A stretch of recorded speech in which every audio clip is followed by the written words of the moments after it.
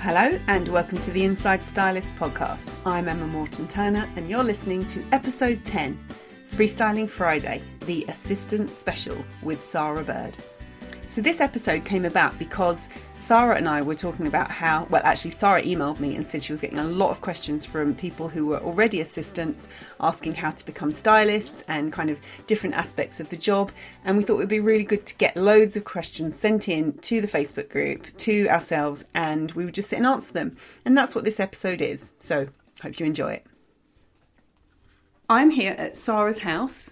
We're going to be doing question and answers that people have sent in. Sara's had quite a few and I've had quite a few. And we've had some really good questions. We've had great, haven't we? Yeah. It's been good fun. Thank you for letting us do this in your house. That's fine. Welcome to my world. Yes, I should just introduce Sara for anyone who hasn't met her. She's been a stylist for 20-ish years, which pretty much everyone I've spoken to recently has said that. Don't mention the amount of years. A long time. She's very experienced, knows lots of things about editorial. And she's a styling, you do writing, you do editing, you are very big in country homes and interiors, which is where you're known. So I think we'll just crack straight on with the questions and answers. Yeah. Shall I read the questions and then we'll just kind of we'll just kind of go with the flow, I think. Yeah. We've been here, so we might just dip in. Well, we'll answer all the questions, but we might have to not go into too much detail because there's so many. So, first question. I know that freelancers get quiet periods, but I've been assisting and styling for about 2 years now, and sometimes I can go 2 weeks without working. Eek! Especially in the winter months. Am I just not doing enough to get more clients under my belt? Any tips on ways to get a little bit more consistency, find new clients would be amazing.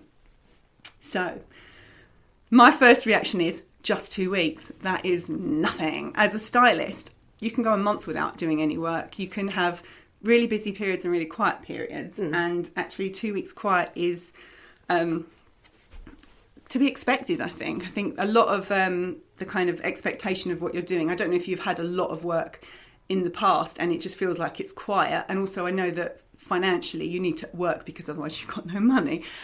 So it's quite a balancing act, really, isn't it? Yeah, I think it's when you don't know what's going to happen and then you start procrastinating that, oh my goodness, the 2 weeks is going to eke into 4 weeks and there's nothing there. But I think that's the time where you kind of have to have a few projects on the go of your own, whether it's investing time in your Instagram or creating a website or just renewing all of your contacts. It's valuable time to use to kind of get your name out there again. And I think the more you can not hassle people, but the more you can kind of remind people that you're there, use that 2 weeks because you won't often get it. No. And then you might be booked for 6 weeks and that's it. Desperate for a week off. Yes. Yeah, I know that when I very first went freelance, I was told embrace those quiet times because it's like full on and then nothing.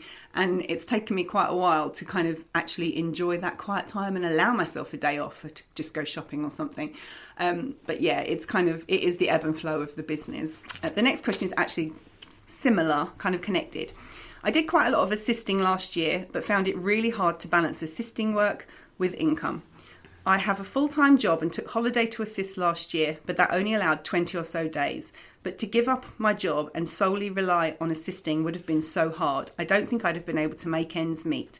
I was wondering if you have any experience or know of how people who have London rent to pay have eased into it. It seems a bit of a financial nightmare. It is a financial nightmare. It is. Sara and I were talking about this before we started recording. And actually, I think we've both been... I think most stylists probably who start off have been in the same sort of situation. Yeah, I mean, you're just juggling jobs the whole time. And if you want to dedicate doing time to styling, then that's the daytime activity if you get booked to do that. The rest of the time you're working evenings, you're working weekends. And it's hard. It's hard. But if you're really into it, then you kind of will do it. You get to the point where you have to just jump. You do. For me, it was an absolute gut feeling. I was doing a great job with great people. I just had to go for it in the end. And then it was like a weight lifted. And then I was like, oh my God, I've got no jobs or anything. But I think once you decide, that's the way to commit. Do you think things fall into place?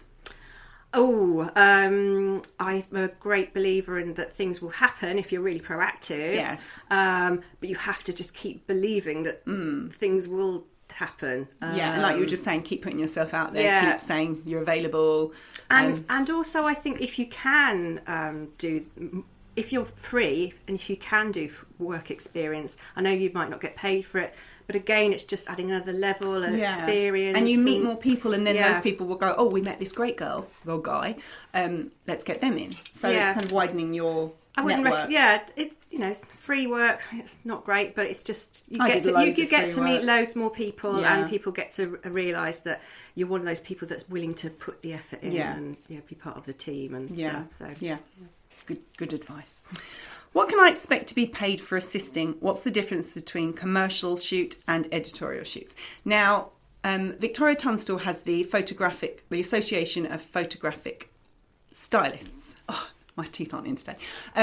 And she put a post on there not long ago about how you have to be very careful with what you say when it regards to money, because we could be, I can't remember the terms now, but it's like you're saying this is what you should be paid. We can't say that because we don't know.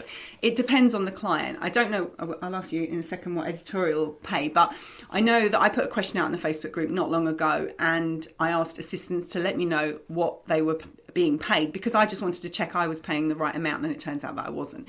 But it can be anywhere between 100 and 150 a day for commercial. That could include travel, that might not include travel. It just depends on the shoot and the client, I suppose. Editorially, is there a kind of a going rate? The moment where I am across numerous titles, that's £80 a day. And then work experience is free, but they'll get travel. Right. So, but anybody that assists will get the travel paid for. Yeah. So that answers that question. Right. Which events are good for meeting new clients? Sorry, this is quite a long one. I won some big and great clients in the first months as a freelancer last autumn via mouth-to-mouth conversations. And that is how I usually get commissioned. Photographers suggest me to brands, magazines, or art directors of the magazines book me again for other issues. I have written to a few agencies and got signed up with Trigger. I don't know Trigger. But would be great to find more ways to have enough clients per month. Do you look for new clients? Do you have like a strategy or a way of doing it? It's a bit random. It's a lot of research. I don't know. I just follow people that I might be interested in meeting, or follow up, and use Instagram quite a lot. I think because I've been working for quite a long time, people know my name a bit more, so you've got that as a backup. But I just think, again, it's joining in the conversations across different social media platforms, as much as getting out there and going to the design weeks and the top draws. And you get into really good conversations nowadays with smaller people at top draw. Yeah, and it might not just be the PR, it might be the brand manager, it might be the owner of the company, it could be anyone. Yeah, that's a really good idea. The next question is actually quite similar. Are PR contacts useful for a stylist? I see people quite often asking for PRs. This is in the Facebook group, obviously. I made the experience that usually the art directors, director of photography and CEOs of startups book you. Just curious. Well, I come from an editorial background. We both come from a pretty editorial background. I've been freelance for 7 years, and I'd say 90% of my work comes from PRs. I have... they kind of become your friends, and you work with them quite intensely, so you want to work with people you enjoy, and I think there's a lot of people contacting PRs because of editorial features. You need to get the images or you need to get the product. So when we post out the press launches, it's a really good idea to go to those press launches, introduce yourself to someone, PR, whether it's in-house PR or marketing managers or buyers. It's good to just talk to everybody at those events. But I think in this industry, I think PRs are an essential element if you're going to be shooting for those brands. And the thing is, when I've been given jobs, the PR has hired me and then moved to another agency, and then they've hired me from that agency. And that's, everyone's always moving. So the more people you know, the wider your network is for gaining work. Yeah, and I think also a PR's remit has changed a hell of a lot since I started, and everybody's diversifying. And so whilst they might initially be in the PR industry as just sending out information or having that kind of client liaison, they then take on more brand activity that you might be doing. And I think the whole industry is constantly moving, and the person that you meet 5 years ago will hopefully remember you and take you all along on that journey as well. So I think everything's it's fluctuating. It's all connected. And I am sorry, I mean to interrupt you there. I do a lot. When I first went freelance, I did a lot of styling for brands and magazines, and I did a lot of editorial sort of things. And then I've done lots for brands, but I also now do quite a bit for social media. So whether it's images or videos, it's kind of, there's other elements to what the PR does. Like Sara's saying, it's not just shooting for a brochure. There's kind of other stuff. So yeah, I'd say it's essential to keep up with PRs, even if it's just to kind of let them know who you are. Yeah. And I think they're a lovely bunch. And, they're just us on the other side of the fence. Right. Can I ask the client to pay any prop expense amount in advance, regardless of how high the amount is? I have that look said, Emma, you can answer this one. So I might have talked about this in the past. I know we've got quite a few new members in since then, but when I first went out, I used to pay for things myself, and it got up to about £2,000 a client, and then I'd have 3 or 4 clients on the go at once. It only takes one or two to not. I say one or two. It only takes one not to pay, and I'm not paying my mortgage. So I looked into this, and I found out that actually, if you're hiring props and you pay for them and you sign for them, you're responsible for them. So if anything gets broken, it's up to you to sort out the insurance, and that's not really your job. Really, that is down to the client you are hiring on the behalf of. So when it comes to props hiring, I get them to do everything. They have to sign all the forms, they have to fill out all the paperwork, they have to pay for everything. Smaller expenses, I have a rate card. I say who I've worked for, I say what my fees are, and then at the bottom I say I will need an advance for any props in it before I buy any props. Before I start any work, I drop an email in and say, just checking you saw this on my rate card. Would you like me to send, do you have a budget in mind? Shall I send an invoice for that expenses advance?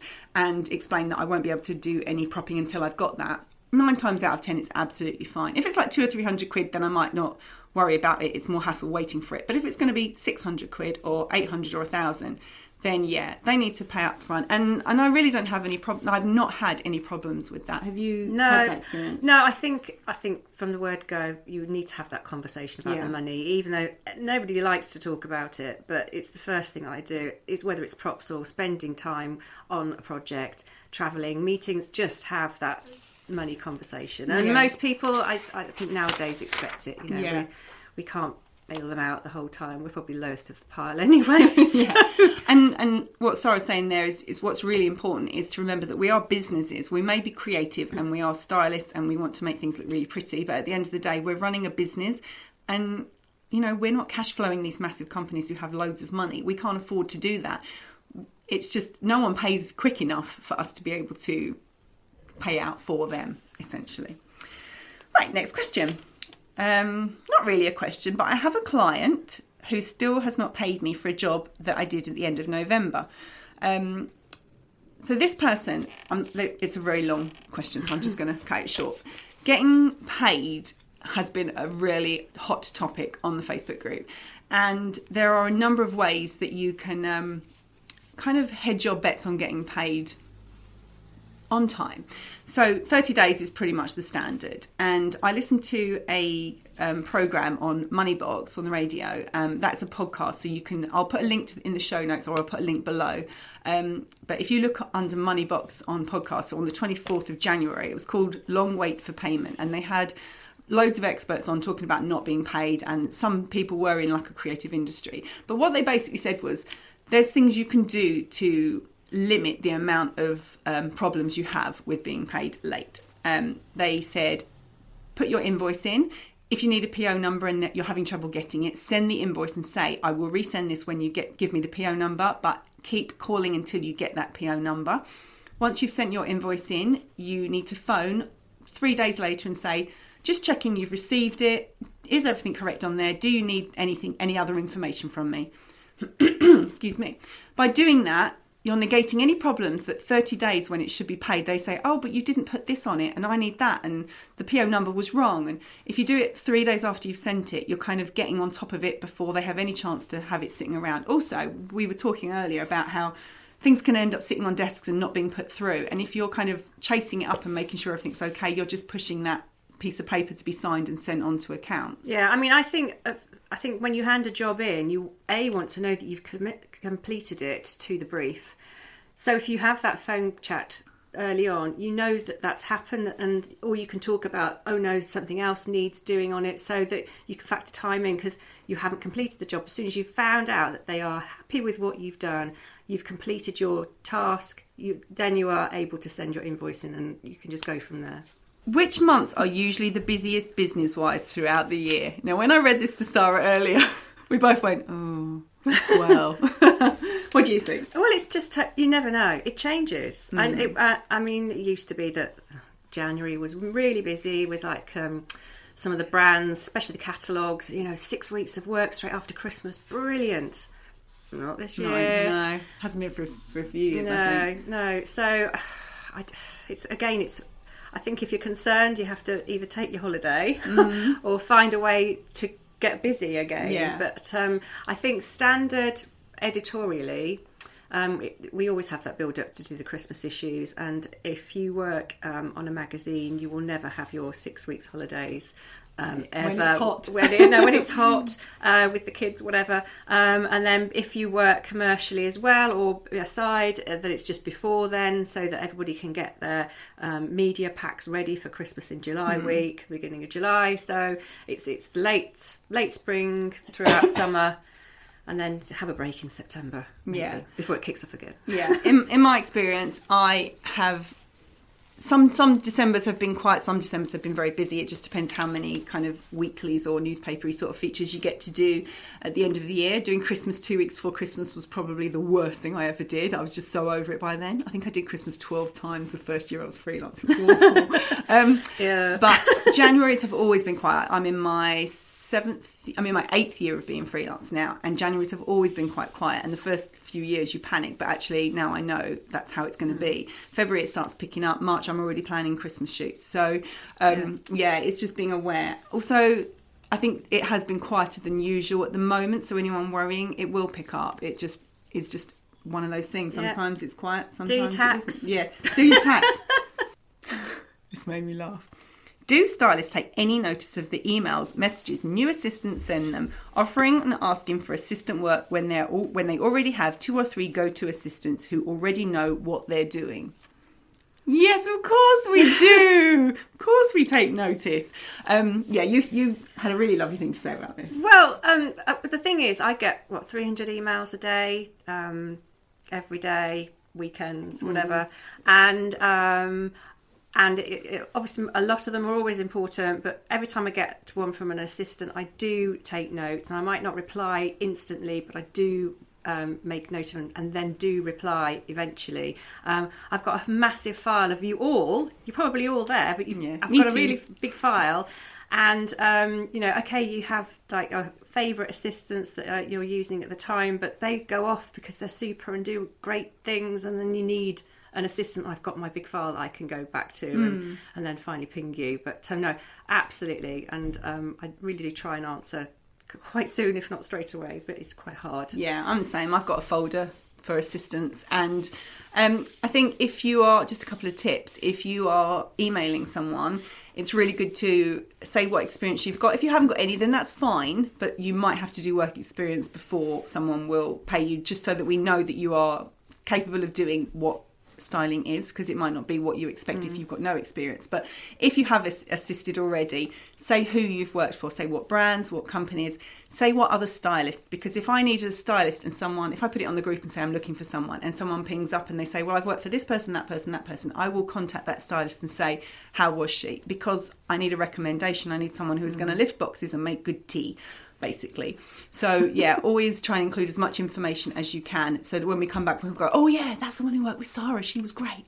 So do that. Oh, and she says, how can you make it stand out? Well, I think I just said that. What are your opinions on the influence our, as in assistants and stylists, get on Instagram and social media accounts?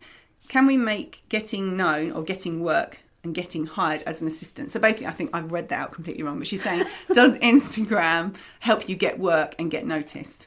What do you think? Oh, yes. Oh, yes. I think Instagram's brilliant for our industry. I think it's totally morphed to how it was to start with. It's not just about images anymore, but it's about those conversations and feelers and finding new work and colleagues, companions, and really kind of nurturing our industry. Do you know what we've just done? We've just got everyone going, they're going to comment on every post we put on there. Okay, in a nice way. Please You be don't nice. need to. Yeah, be nice. But I think that's, for me, that's been, especially when you're working on your own at home and you might feel a bit, lonely and stuff. And it's always nice to have all these people that some people I know and some people I don't, commenting and stuff. It's just nice. It's just chit chat in the background, isn't it? But what was the question? We got sidetracked. How can you use it to influence you? I think you have kind of answered that. Yes, you can. You need to be seen. You need to be taking pictures at home. You need to be doing flat lays and just showing your style, getting a feel for what kind of interiors you're into, to be noticed. There's lots of assistants who have blogs that are doing really, really well, and they've got massive Instagram accounts, way bigger than mine, and they've been assisting for a couple of years, whereas I've been doing this for like 20 years, and I don't think I post enough pictures. I don't do enough. I just do pictures of my dog. I don't really do pictures of interiors. I really should use it. I'm telling you what to do, but that's not what I do. I think I need I'm to. busy enough, I need to diversify as well. My fireplace has been in too many times. Cats, do your cats. I hope that answers it. I think yes, social media is everywhere. PRs are paying attention to it. It's a way of reaching out and getting noticed. So yes, definitely post to Instagram. Facebook, not so much. I think people are. I know I'm friends with a lot more people on Instagram than I am with Facebook. Yeah, I don't do Twitter. Do you do Twitter? Just as a. It just kind goes of a nod to it. Yeah, but because you can link everything from one post. Yeah, it just goes out that way. But yeah, Twitter goes too fast. I just can't. Right. So, actually, I've got one more question here, and then everything else is just topics that we've kind of gathered from emails that we've had over the years, because we do keep all your emails. Is there a recommendation on a certain site that should be used when putting a portfolio together, or would you say use Instagram? Right, now I have a very biased opinion of this. I might let you go first. Do you have one? Do you have an opinion? I don't know. So basically, I think most stylists have websites or blogs where they show their work or blog about their work, so that it's kind of a continuous updated feed. I have mentioned the website a few times, and there are going to be profiles on there for stylists, writers and assistants. And share your details where people are looking for assistants or stylists or writers. So that will be somewhere you can share your portfolio, but it won't be massive, because the feedback I've had is that they don't want me to be putting 20 images of someone's portfolio on there. They want to have a taster that sends people through to their website. So you either need a website or a Instagram account or a blog or something where people can see your work really, really easily, really. Yeah. I mean, I think the thing with Instagram, it is so instant and it's a hell of a lot easier to update. I'm guilty of this with my website. It goes untouched for weeks. But it's at the end of the day, it's a platform for people to see where my work, even if it's a bit out of date. But it's, that's my fault. I need to be on top of it. But another thing is that I've actually, quite a lot of people have asked me for recommendations, and I have to say I will share their Instagram contacts rather than having to go through and finding people's email addresses and doing this. I just say, try this person, here's their Instagram account, because you can find people's, your blog would be attached, or your website would be on your Instagram. So it's kind of like, you've got to have Instagram. Right. A biggie. Liability insurance.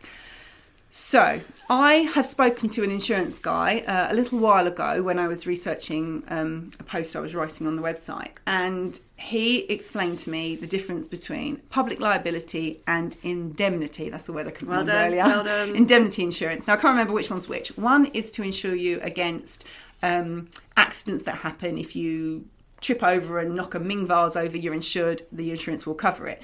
The other is if you do something or portray a product or a brand's content in a way that they don't agree with, and they can sue you saying that you've infringed their rights or something like that. But what this guy from the insurance company said was that if, as a stylist, if I'm hiring an assistant, I am responsible for insuring against that assistant. It's not the client. We're not sure about, it's slightly different editorial, isn't it? So as a freelancer, I would need to have my own public liability and indemnity insurance and employer's insurance. Employer's liability insurance? Employer's insurance. It's on the website. Have a look on the website under resources and it says legal. It's all in there. I will link to it. And basically, you have to have that insurance. But if you're being hired editorially, it's just been brought up recently, hasn't it? It's a new thing. I think a lot of publications are aware that this whole liability thing is massive, and so it's kind of fresh in everyone's minds. Also, everybody's starting to check up actually who is insured, and obviously a lot of people are brought in to do a shoot, and it's not just assistants, it's the set builders, you know, what is covered, who is covered. So I think there's, from an editorial side of things, there's going to be a lot of feedback, I think, coming through to various people that are involved with that. But make sure you're sorted for yourself. Yeah, as a freelancer, you should have insurance. I'm not saying that I'm not saying that lots of people have. It's one of those, it's like pensions, isn't it? It's last on the list of things that you need to sort out. But right, I'm going to let you answer this one. Oh, no. What? Appropriate behaviour. Requests. Well, gosh, this is newsworthy at the moment. There's a lot of, well, I suppose it's since the Hollywood feedback. There's inappropriate, the Me Too campaigns. It's basically inappropriate behaviour or just inappropriate requests of things to do. Now, I'm hoping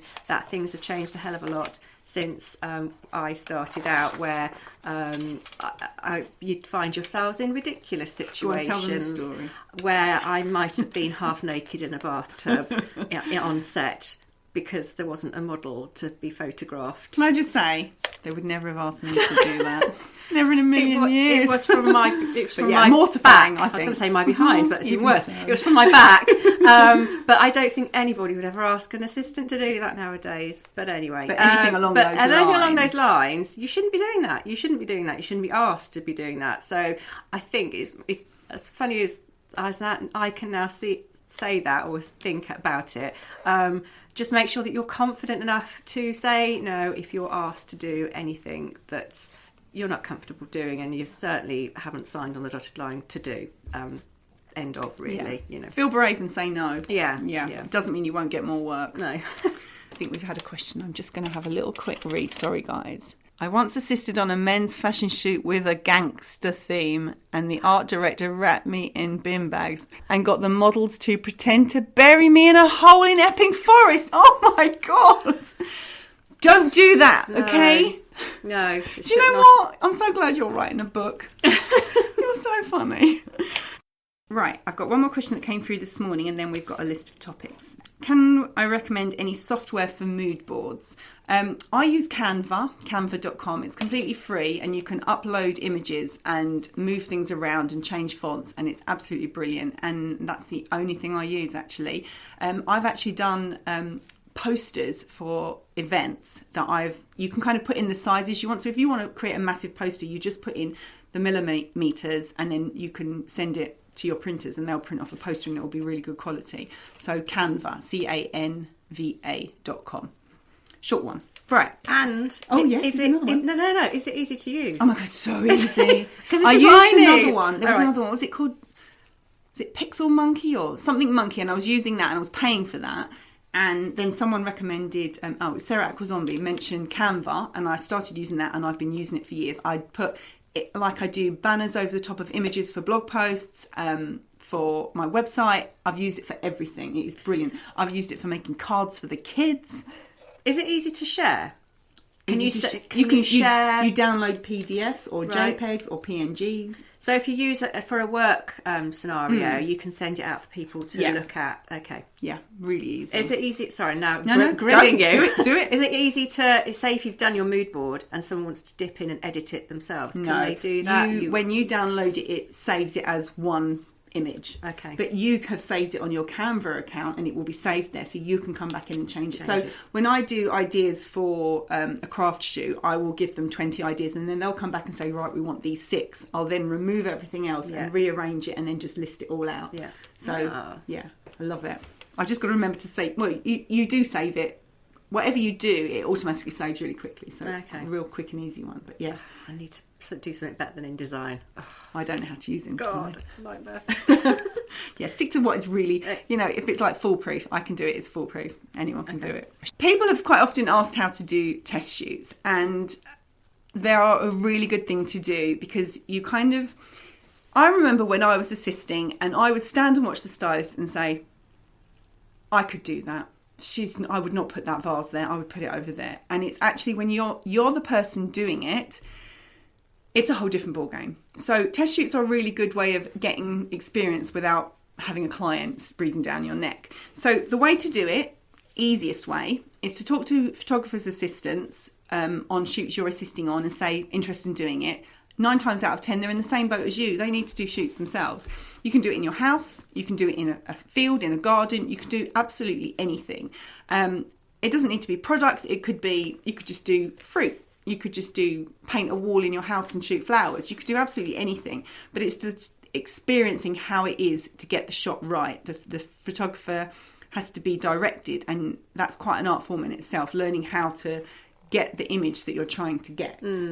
And I think a lot of it is also organising it. Even if you have to just the logistics organise, carrying all your bits and bobs, whatever it is, it's just you're kind of setting your brief. You're kind of deciding what elements you need to answer. You're finding a photographer. You're sorting a location. You're sorting your own transport, whatever it is. Even if it's just you carrying whatever it is, the garden. You're doing all your logistics. You're practicing being organised, which sounds terrible, but that's essentially what we do. Such a big part of the job, yeah. And also, I think talking to other photographers, again, you're getting your name out there that you're wanting to do all of this kind of thing. And so, yeah, you just don't know where it's going to lead, but I think it's just practice and practice. But yes, you're right about directing the shots. And again, it's answering your brief of how you want things to appear. The next question is finding props for test shoots. That's actually probably easier than you would think, because you are not going to charge someone for doing that shoot. I mean, if they've got big things and they need to be delivered, then they would have to pay for delivering it. But if you find a brand or maybe a local shop who has some lovely items and they can't afford to have photography done, just go and chat to the owner and say, I'd like to do a test shoot. You get the images, you can use them however you want. Can I borrow vases and cushions and chairs and things? And you'll be surprised how many people will jump at the chance, because photography costs thousands, and if they don't have budget, then they'll be quite happy. Also, again, if you're friendly with PRs, ask them if they've got new clients who are small or not even small. If you just know someone from a shoot and say, look, I'd like to do a test shoot, can I borrow some stuff? 9 times out of 10, it's money in the bank for them. If they can use the images, it's worthwhile. So I think the thing with a lot of shops is, and people worry about, are they okay to loan the stuff out to this person who's just randomly walked in? Maybe you don't need to take the stuff out of the shop. Maybe you can do something in the shop, so they're constantly there looking at their things. And I mean, it might not be the perfect studio scenario, that's great. but if everything is there, then just ask if they can open up one Sunday, or a couple of hours late. So if people aren't there, I mean, I've certainly done that recently. And again, it's just an easier. That's a great idea. Particularly if you get these lovely vintage places, and all you need is just a couple of flowers or something, and then it doesn't have to cost you a load of money. No. And then use your home, use your friends' houses, use your mum's house. It doesn't have to be an actual house. You can do things outdoors. You can do things in the garden. There's so many other things. Also, you can, if you're doing things that are a bit smaller and tighter in, you can just get fake backdrops. I'm going to do my little Wilco sales pitch now. I have a cake blog, and I have a great big piece of hardboard, like A1 or something, that I've covered in sticky back plastic that looks like marble. And you would never in a million years know this was a bit of cardboard that sits behind my sofa. And you get all sorts of wood effects. So you can kind of have things like that. You can get wood in the background and stone on the front, or, there's all sorts of ways you can get around it. Or you just get a piece of wood that someone's left outside their house and wants to get rid of. There's ways around it. You can find ways of shooting outside of that. Or if you really want a proper location, approach the location agency. Just say, look, I'm doing this shoot. Is it available on a Sunday? Ask for a discount, ask for it free, and then ask for a discount, because they might. The thing is, as a location agency, if I had a location agency and someone came up to me, I would do everything in my power to help that person, because later on they're going to be booking commercial shoots, and it's all about who you know. So the more people you know and the more people you help, just comes around in a big circle, doesn't it? I think the easiest thing is just to start small, like you're saying, and just shoot something overhead, flat lay, easy. Oh gosh, I'm constantly dragging bits and bobs off, the back of someone's whatever, and it just ends up as being a backdrop. But there are companies that you can buy backdrops for now, and I actually talked to a fabric company not so long ago, and that's exactly what they do. All their swatches go over, something that's like, I don't know, a foot square, and they use that, and that's commercially they use that. They've just got, I think, a wooden floorboard look-alike, a marble one, and it's amazing. And you can match two bits together, and you've got your little miniature set. So so just be inventive. Visiting prop houses. This is like you've kind of got a list here that all flows from one to the next. Visiting prop houses is very scary for the first time. I mean, I'd been working editorially for about 11 years when I went to my first prop house, and I had no idea what I was doing. I have actually written a blog post about this. Generally, if you phone ahead and say, I'm doing this shoot, I'm looking to get some props, what do I need? They'll kind of run you through all the information that you need to give them. You need to have an account, which, I mean, I've got my own personal account where I get hold of all the products when I walk around with the trolley and fill it up with china and whatever props I need. I then take it to the desk and say, I'd like to borrow these and pick them up next week. They then say, whose account is it on? And it would be like, it's my account, but Talking Tables are paying for it, or whoever. So it's kind of learning how that works. It's actually quite a big thing to talk about. It's almost too big to talk about now. Is there anything you could add? I think probably really try and make a list of things that you actually want, because oh my goodness, those houses, they are full of lovely things. When I go to the prop house, I have a list of all the things I need for different shots or different ranges or whatever, and then I rewrite it in this column is china, this column is furniture, this column is accessories, and then fabrics and cushions and stuff, so that I can do all my china in one go. Because the first time I went, I don't think I'd ever been there, and it wasn't taking me like 4 hours to walk around and get everything, because it's quite you need to be on different floors and there's different departments and all of that. So, and you end up, you're like, why have I got a plough? I didn't need a plough. Or a life-size Elvis. Exactly. The things you can get. Work experience. How do you get work experience? Right. Get in touch. Just work experience is, I mean, any time of year people will need an extra pair of hands. I don't know is there rules on work experience and not paying and that sort of thing for editorial? Yes, so it's a bit funny. You can't, basically, anybody who's above a certain age, I think it was, where you are asking them to do something that you could find someone to pay to do. You kind of have to pay them to do. But I think it might have even changed, because then we weren't getting any work experience, and we still need to have all these things done, particularly on Christmas shoots. Yeah, that's what I was thinking. Christmas shoots are where you need them the most. Absolutely. What I'm doing at the moment, though, is I'm trying to get extra pairs of hands, because we're being asked to do a hell of a lot more within the time frame, and you just pack up. Wrap and pack is it just needs to be done quicker, but I'll always just pay for their travel, as we've said before. But I think it's the same as anything when you're starting off. Just be nice, get in touch, get your name thrown around. This group's amazing for that. I always, as soon as someone posts on here about I'm assistant or I'm wanting work experience, I'll write your name down. I'm obsessed. Yes. So just actually launch yourself on here. I think that'd be great. And there's been a few times where people have said, well, you're getting paid, and I'm sure there's money in the budget for other people. Why are people not getting paid anything? And actually, that is kind of how to get into this industry, and it's unfortunate, and it is an industry standard, and a lot of people are quite happy to work for free. How do you know if you have the right credentials to be a stylist? You have to be organised. You have to be strong and fit. Yeah, no back injuries. No. It's not glamorous. You have to lift sofas and carpets. You have to have a creative flair, I suppose. Yes. I think it's just in your gut that you just will. It's not going to happen overnight. I think when you start off, and you just have to kind of have that faith that if there's something there, if you really enjoy doing it, but it's getting along as part of a team as well. I think that's really important. You're not on your own doing this. And we were saying earlier, you get to know a lot about people for a very short time on shoots, just because there's lots of chit chat and you're trying to, you've got that one end goal image in sight kind of thing. But I think if you want to do this job, if you do a little bit of work experience and a little bit of assisting, you soon know whether it's something you want to do pretty quickly. I'll tell you what would be quite interesting to talk about. I don't know if you have an opinion of how to go from being an assistant to being a stylist. That is one of those, I kind of ran out of money, basically. I couldn't afford to assist anymore. And I think we were saying earlier, you have to be in the right place at the right time. Yeah. Spread your network out as much as possible. Let people know that you're ready to move on. Because if you are an assistant and people just book you as an assistant, they might not know that you have the confidence and you're ready to start taking on shoots of your own or features of your own, whatever avenue you're looking to go for.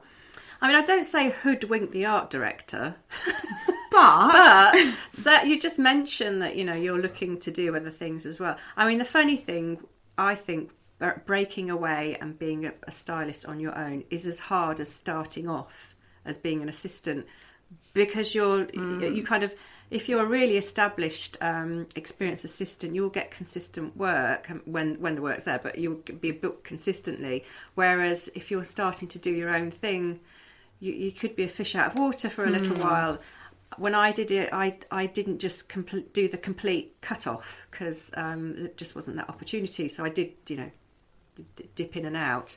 But you start having those conversations with people about being able to take on more, and you've got more experience, and you've done a bit more writing and that kind of thing. Yeah. So, and I think because people are assisting for a lot longer now than they were when we were assisting, and I think people probably get more work through. If you have a stylist that you work with and you let them know, they usually know when you're ready to move on. They will put you forward for jobs. They will recommend you to people who are looking for someone to write a feature or style a smaller shoot, but they'll probably start giving you smaller jobs to do that maybe it's like a little studio job that isn't too stressful, and they think you can manage it. So it's kind of making sure people know you're ready to go. Yeah.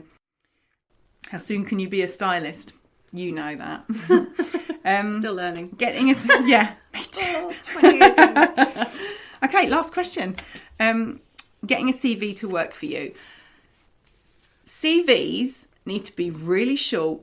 They need to be one page. You need to say what you are good at, but also what you can bring to a team, to a shoot, to a magazine. You need to be really concise and quite creative, I would say. I think they need to be impactful, not bright colours and all that, but like maybe put an image you've styled as a watermark on the back or something. Just be creative.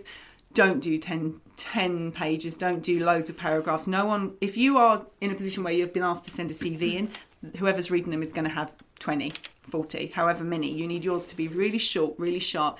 Give all the information that you need. Usually that will be experience, people you've worked for, brands you've worked for, that sort of thing. And also, normally, the people that are hiring are in the creative industry and are quite image driven as well. So they'll want something, that'll be what they look at, not the 10 GCSEs or whatever it is. So it'll be a lovely image, who you've worked for, and what you've done. Yeah.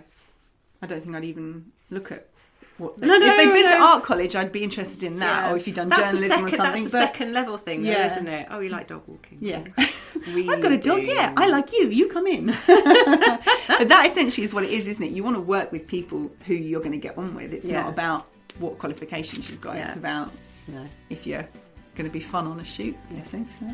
And organised and good team making. And very organised, Well, that's it. I thought it was going to be even longer, but it's been quite a long one. But thank you. Yeah, it's been good fun. Good. Thanks for listening to the Inside Stylists podcast. You'll find all the links from today's episode, including all of the things about insurance, about blog posts, all those sorts of relevant things. They're all in the show notes over on InsideStylists.com/Freestyling Friday assistance. It's also worth mentioning that we talked about the profiles on Inside Stylists not being up at the time, but they are now. So if you want to go and look at what interior stylists do, if you want to get in touch with any, you can find their profiles on the Inside Stylist website, which is under the members tab. If you're an assistant and you want to be found, you can always join and have your own profile over on the site too. We love to hear from you, so if you want to drop us an email, you can do so at hello@InsideStylists.com.